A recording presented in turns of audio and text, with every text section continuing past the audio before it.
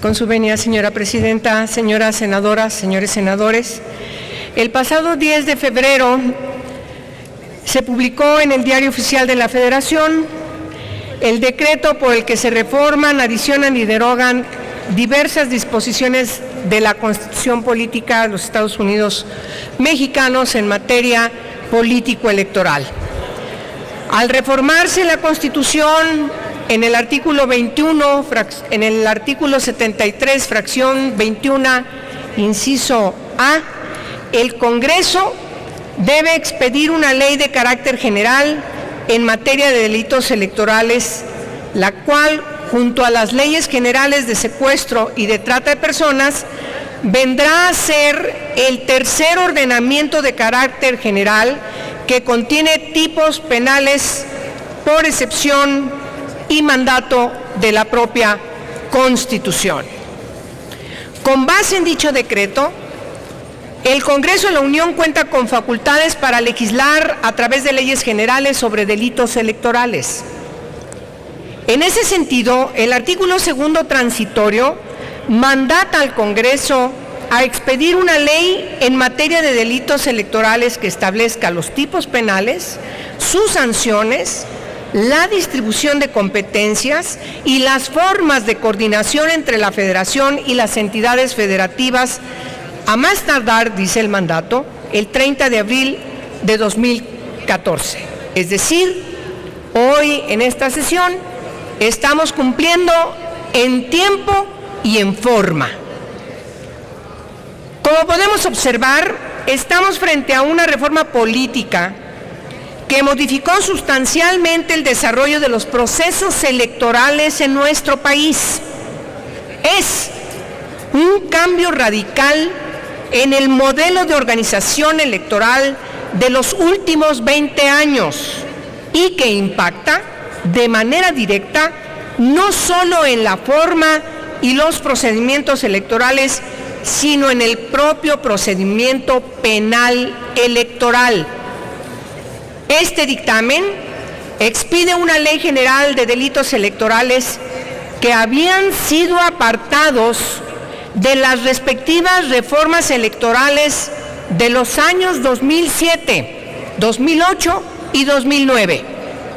Si bien es cierto que no podemos fundar la democracia en el derecho penal, también lo es que una reforma integral no puede dejar en el vacío o en la obsolescencia las sanciones de aquellas personas que atentan contra de los valores fundamentales de la democracia. De ahí la necesidad de contar con una legislación general que salvaguarde la voluntad popular y la democracia.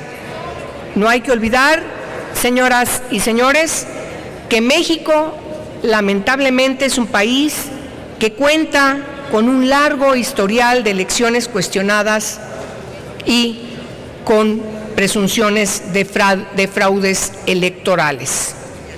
Al hablar, por lo tanto, de una ley como la que ahora estamos a punto de votar, como una ley general, tenemos que entender que son ordenamientos respecto a los cuales el constituyente o el poder revisor de la Constitución ha renunciado expresamente a su potestad distribuidora de atribuciones entre las entidades federativas que integran el Estado mexicano, lo cual se traduce en una excepción al principio establecido en el artículo 124 constitucional.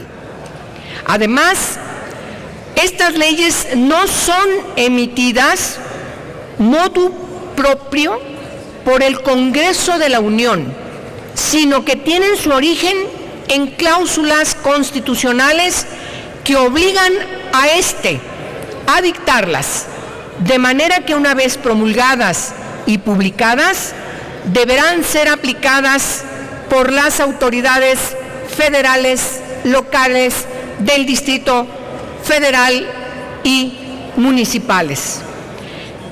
En el caso de los delitos electorales, a diferencia de otros delitos, su comisión no percibe como una afectación a la integridad física, al patrimonio o a la libertad de las personas.